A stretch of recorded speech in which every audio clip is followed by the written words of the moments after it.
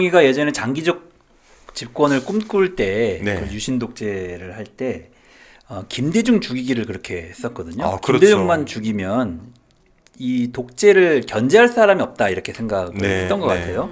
근데 저는 윤석열은 집권하면서부터 지난 2년 반, 3년간 제일 혈안에서 열심히 했던 일 중에 하나가 정적 제거하기. 그렇죠. 이재명 야당 죽이기. 대표 죽이기. 네. 이재명 대표 죽이기에 사실은 집중했던 거거든요. 네. 왜 그럴까? 뭐가 얼마나 미워서 그럴까? 이런 생각을 했는데 최근에 보면 그 생각이 드러납니다. 왜냐하면 이자가 장기 집권을 막을 사람은 그것을 막을 구심은 이재명이라고 생각을 했던 것 같습니다. 네. 이재명을 제거하기 위해서 사실은 계속 여러 가지 검찰 권력을 동원해서 7번인가 소환을 했고 네. 그중에 6번 기소를 하고 5번 재판에 지금 회부해 놓은 상태 아닙니까? 그게 사람으로서는 못 2년 반 견디죠. 동안 있었던 일인데 네.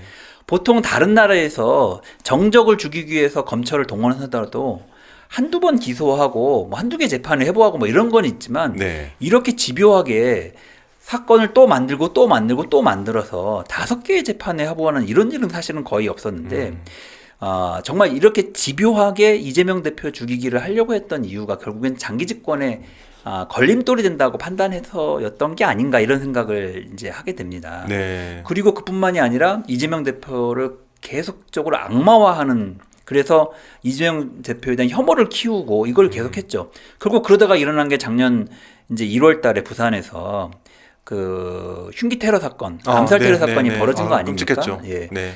그런 연장에서 최근에 다시 또 이 내란 세력들이 지금 국면에서 내란 세력들이 이 위기를 자기들이 생각하기엔 위기겠죠. 왜냐하면 네. 좀 있으면 파면이 될 거고 네. 내란 세력에 대한 뭐 수사라든지 이런 것들이 진행이 돼서 그에 따른 처벌이 있을 텐데 가장 무서운 존재는 아마 이재명이라고 생각을 한 것 같습니다. 그래서 결국 이자들이 마지막 선택은 이재명 대표를 제거하는 게 아닐까. 그래서 최근에 뭐 문자로도 제보가 좀 있었지만 뭐 HID 오비들이 뭐 이렇게 네, 암살 네. 계획을 세우고 있다고 하고 또 극우 세력 중에는 자기 SNS의 버젓이 이재명 대표 암살 계획이 성공하길 바란다라고 하는 이야기를 하고 있고. 그걸 뭐 목사도 그런 얘기를 했어요. 예, 그리고 또 네. 보수 집회를 이끌고 있는 부산의 뭐 세계로교회 뭐 손일본 목사는 자기 설교에서 이재명을 죽여야 한다 이런 얘기를 직접적으로 대놓고 했다고도 네. 이제 하거든요. 이제 이런 상황이 벌어지고 있는 걸 보면 정말 극우 내란 세력들의 끝은 최종적으로는 이재명 대표를 제거하는 것에 지금